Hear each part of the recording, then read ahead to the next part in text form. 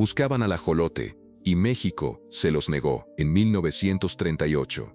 El mundo estaba a menos de un año de la Segunda Batalla Mundial. Adolf controlaba Alemania. Sus ejércitos ya habían ocupado Austria. Sus científicos trabajaban en proyectos que el mundo tardaría décadas en comprender del todo. Y ese año, una delegación científica del régimen nazi llegó a México. No buscaban petróleo, no buscaban alianzas políticas, no buscaban mapas ni minerales. Buscaban un animal pequeño, con cara de sonrisa permanente, con branquias en forma de plumas. Un animal que vive en un solo lago del mundo entero, y que tiene un poder que la ciencia moderna todavía no termina de explicar. Hoy vamos a contar la historia completa de cómo los científicos de Hitler intentaron robarse al ajolote de Xochimilco, para qué lo querían, cómo fueron interceptados en Veracruz con los animales de contrabando, y por qué esta historia no aparece en ningún libro de texto. Basado en documentos alemanes desclasificados en 1994 y registros históricos del gobierno de Lázaro Cárdenas. Quédate hasta el final. Esta historia es más extraña que cualquier ficción. Antes de continuar, si eres nuevo en este canal, suscríbete ahora. Aquí contamos las historias que el mundo prefirió olvidar, las que incomodan, las que sorprenden, las que cambian la manera en que ves tu propio país. Y hay algo que hacemos diferente. Cada historia que contamos,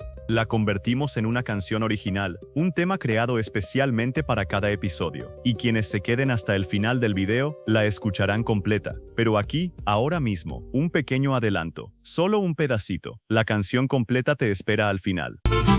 En el lago que duerme bajo la ciudad vive un monstruo sonriente que no sabe de maldad. Con sus plumas de agua y su cara de paz. Y continuamos con la historia. Para entender por qué los alemanes querían al ajolote, primero hay que entender qué es el ajolote. Y cuando digo entender me refiero a realmente entender, porque la mayoría de la gente lo conoce como esa criatura adorable con cara de felicidad permanente que aparece en calcomanías y playeras. Pero detrás de esa cara inocente hay algo que la ciencia considera uno de los fenómenos biológicos más extraordinarios del planeta. El ajolote, cuyo nombre científico es Ambystoma mexicanum, es una salamandra acuática que existe de manera silvestre en un solo lugar del mundo, el sistema de lagos de Xochimilco, en la Ciudad de México. Tiene entre 20 y 30 centímetros de largo. Tiene esas branquias externas que parecen plumas o coronas. Y tiene ojos pequeños, fijos, que siempre parecen estar sonriendo. Pero lo que lo hace verdaderamente único no es su apariencia, es su capacidad de regeneración. El ajolote puede regenerar extremidades completas, no cicatrices, no muñones. Extremidades completas, con huesos, músculos, nervios y piel funcionando perfectamente. Puede regenerar partes de su corazón, puede regenerar porciones de su cerebro, puede regenerar su médula espinal. Ningún otro vertebrado en el planeta tiene esa capacidad en la misma escala. Los científicos que estudian al ajolote, incluyendo investigadores del Instituto de Biología de la UNAM y equipos internacionales cuyos trabajos han sido publicados en revistas como Nature y Science, han documentado que el mecanismo de regeneración del ajolote involucra un tipo de célula llamada célula blastemal que literalmente deshace el tejido dañado y lo reconstruye desde cero guiada por señales genéticas que los mamíferos, incluidos los humanos, perdieron en algún punto de la evolución. En términos simples, el ajolote sabe cómo reconstruirse a sí mismo, y en 1938, cuando los ejércitos del Tercer Reich se preparaban para una guerra que produciría millones de heridos y amputados, esa capacidad tenía un valor que iba mucho más allá de la biología, tenía valor militar. El Tercer Reich tenía una relación compleja con la ciencia. Por un lado, el régimen nazi patrocinó algunos de los crímenes científicos más atroces de la historia moderna, experimentos en seres humanos que no merecen ser descritos con detalle. Por otro lado, tenía un aparato de investigación científica legítima que buscaba ventajas militares en todos los campos posibles: física, química, medicina, biología. Y en algún momento de la segunda mitad de la década de 1930, alguien dentro de ese aparato se enteró del ajolote. No es difícil imaginar por qué les interesó. La Primera Batalla Mundial había dejado una generación de soldados mutilados. Hombres sin brazos, sin piernas, con rostros desfigurados, con columnas vertebrales dañadas. La medicina militar de la época no tenía respuestas para eso. Las prótesis eran primitivas. La rehabilitación era mínima. El régimen alemán sabía que la guerra que venía sería igual o peor. Y la pregunta que sus científicos estaban intentando responder era simple y brutal: ¿Cómo hacemos que nuestros soldados heridos vuelvan a ser funcionales lo más rápido posible? La respuesta podría estar en un lago de la Ciudad de México. Según los documentos alemanes desclasificados en 1994, que fueron analizados y citados en investigaciones sobre las relaciones México-Alemania durante el periodo cardenista, en 1938 llegó a México una delegación científica vinculada a instituciones de investigación biomédica del régimen nazi. Su objetivo declarado era el estudio de la fauna lacustre de Xochimilco. Su objetivo real, documentado en la correspondencia interna de la misión, era la obtención de especímenes vivos de Ambystoma mexicanum para trasladarlos a laboratorios en Alemania. Querían estudiar el mecanismo de regeneración, querían entender cómo funcionaba, y si era posible querían replicarlo o aprovecharlo para el tratamiento de heridas de guerra. Llegaron a Xochimilco, vieron los canales, vieron los ajolotes, y luego fueron a pedir permiso. ¿Qué crees que pasó cuando llegaron ante el gobierno de Cárdenas con esa solicitud? Porque lo que ocurrió a continuación dice mucho sobre quién era Lázaro Cárdenas y sobre qué tipo de México gobernaba. Lázaro Cárdenas del Río era, en 1938, el presidente de México, y no era cualquier presidente. Era el hombre que ese mismo año nacionalizaría la industria petrolera mexicana, expropiando a compañías británicas y estadounidenses con una decisión que el mundo entero consideró imposible. Era un presidente que había distribuido más tierra a los campesinos que cualquier gobernante en la historia de México. Era un hombre que había acogido a los republicanos españoles que huían del franquismo cuando ningún otro país quería recibirlos. Era, en otras palabras, alguien que no se intimidaba fácilmente. Cuando la delegación alemana presentó su solicitud formal de permisos para extraer especímenes de ajolote del lago de Xochimilco con fines de investigación, el gobierno de Cárdenas la denegó, no con ambigüedad, no con promesas de revisión, con una negativa directa. Los registros históricos del periodo, documentados en estudios sobre la política exterior cardenista como los trabajos del historiador Lorenzo Meyer, indican que el gobierno mexicano tenía una postura clara respecto al régimen nazi. México no tenía simpatías ideológicas con el Tercer Reich. Cárdenas ya había manifestado su rechazo al fascismo europeo en términos inequívocos, pero más allá de la postura ideológica, había algo más en juego. El ajolote no era solo un animal.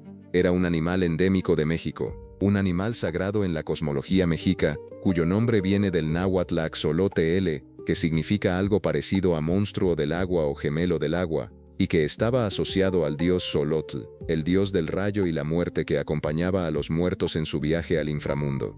Llevarse al ajolote no era solo un acto científico. Era, en términos simbólicos, llevarse algo que le pertenecía a México de una manera que iba más allá de la biología.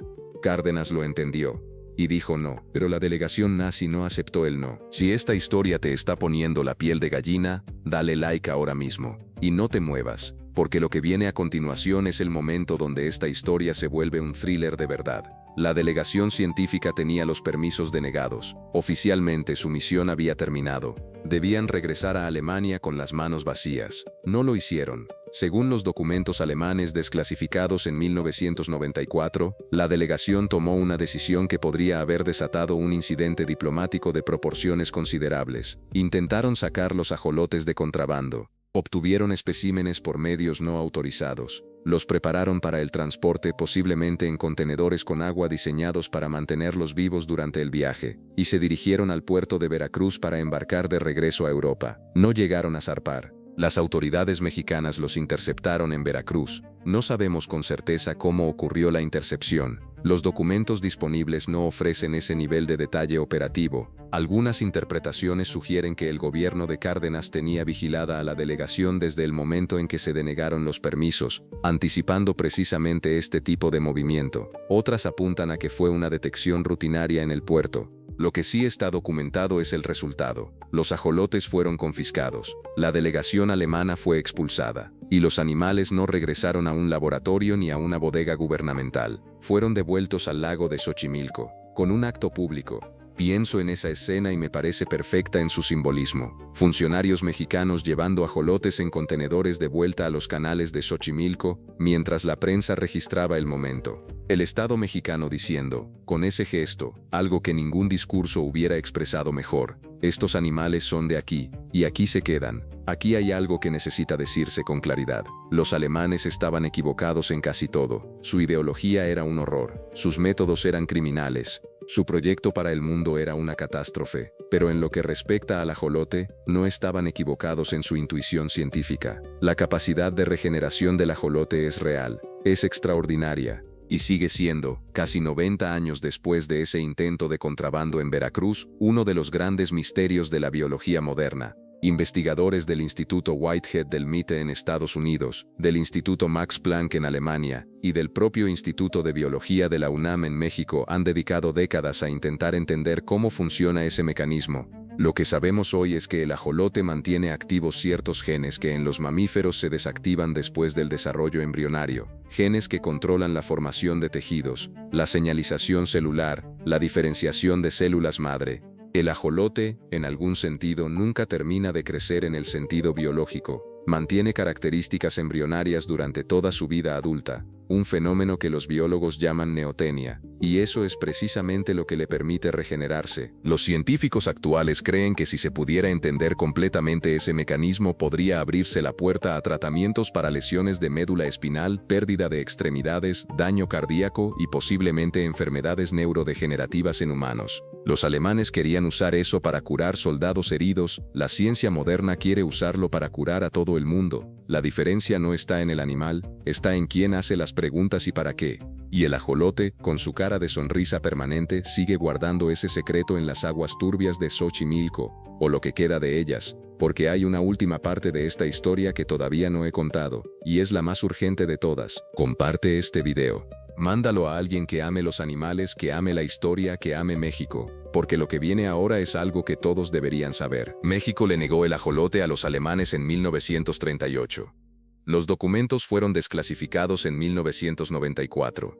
La historia quedó registrada. El animal sobrevivió, pero en el siglo XXI el ajolote está en peligro de extinción, no por científicos extranjeros con malas intenciones, no por contrabandistas interceptados en puertos, sino por algo más lento, más difuso y más difícil de combatir. La contaminación del lago de Xochimilco. La urbanización que ha reducido el sistema lacustre a una fracción de lo que era en el siglo XX. La introducción de especies invasoras como la carpa y la tilapia, que compiten con el ajolote por alimento y que en algunos casos lo depredan directamente. Según datos de la Unión Internacional para la Conservación de la Naturaleza, el ajolote silvestre está clasificado como en peligro crítico de extinción. Las poblaciones en Xochimilco han colapsado en las últimas décadas de manera dramática. Algunos estudios recientes sugieren que en ciertas zonas del lago ya no se encuentran individuos silvestres en absoluto.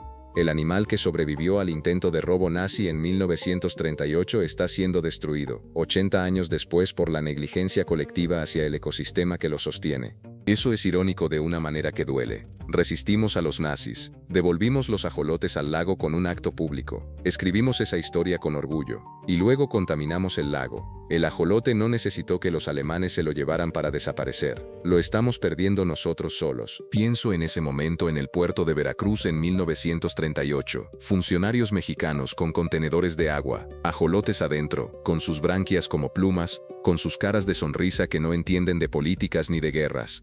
Un gobierno que dijo no a uno de los regímenes más poderosos y más peligrosos del siglo XX. Y luego pienso en Xochimilco hoy, en el agua turbia, en los canales reducidos, en los ajolotes que ya no están donde deberían estar. Hay algo que esta historia nos dice sobre cómo funcionamos como sociedad. Somos capaces de una resistencia extraordinaria cuando el enemigo tiene cara, cuando viene de fuera, cuando podemos señalarlo y decir, ese es el que quiere robarnos lo nuestro, pero somos mucho más torpes cuando el daño lo hacemos nosotros mismos. Cuando no hay un villano externo que enfrentar, cuando la amenaza es nuestra propia indiferencia, nuestra propia velocidad, nuestro propio crecimiento sin cuidado. El ajolote sobrevivió a los nazis. La pregunta ahora es si va a sobrevivirnos a nosotros, y esa pregunta no tiene una respuesta fácil, pero merece ser hecha, y merece ser escuchada. El animal siguió siendo nuestro en 1938. La pregunta es ¿qué estamos haciendo con eso hoy? Eso es todo por hoy. Si llegaste hasta aquí, gracias de verdad. Eres exactamente el tipo de persona para quien hacemos este canal. Suscríbete si todavía no lo has hecho. Déjame en los comentarios qué parte de esta historia te impactó más. ¿El intento de contrabando? ¿La respuesta de Cárdenas? ¿O la situación del ajolote hoy? Cuéntame. Y como siempre prometemos, aquí está la canción completa para el ajolote, para Ex Xochimilco y para todos los que creen que proteger lo nuestro no es un acto del pasado. Es una decisión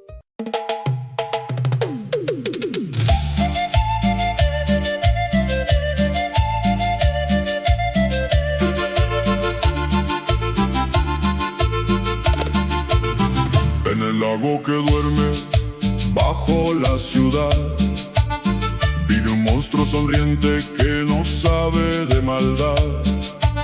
Con sus plumas de agua y su cara de paz, guarda el secreto más viejo de regenerar. Ajolote, hermano del agua y del barro, te quisieron robar, pero México fue amparo. En Veracruz los pararon, te volvieron al lago. y el secreto siguió siendo nuestro. No fue un regalo. Vinieron con batas y papeles sellados, con la guerra en los ojos y los planes guardados. Querían tu magia para curar sus heridas, pero Cárdenas dijo no, y eso les costó la salida. Ajolote, hermano del agua y del barro, Te quisieron robar, pero México fue amparo. En Veracruz los pararon, te volvieron al lago. y el secreto siguió siendo nuestro. No fue un regalo. Pero hoy el lago se muere de a poco, sin alemanes que culpar, sin drama ni alboroto, solo el agua que mengua y el barro que se agota. Y tú sigues sonriendo mientras el tiempo te acorta. No te fuiste con ellos, sobreviviste su ambición. Ahora quédate con nosotros, quédate en tu rincón. Que aún hay quienes te cuidan, aún hay quienes te ven. Ajolote del lago, todavía eres nuestro bien.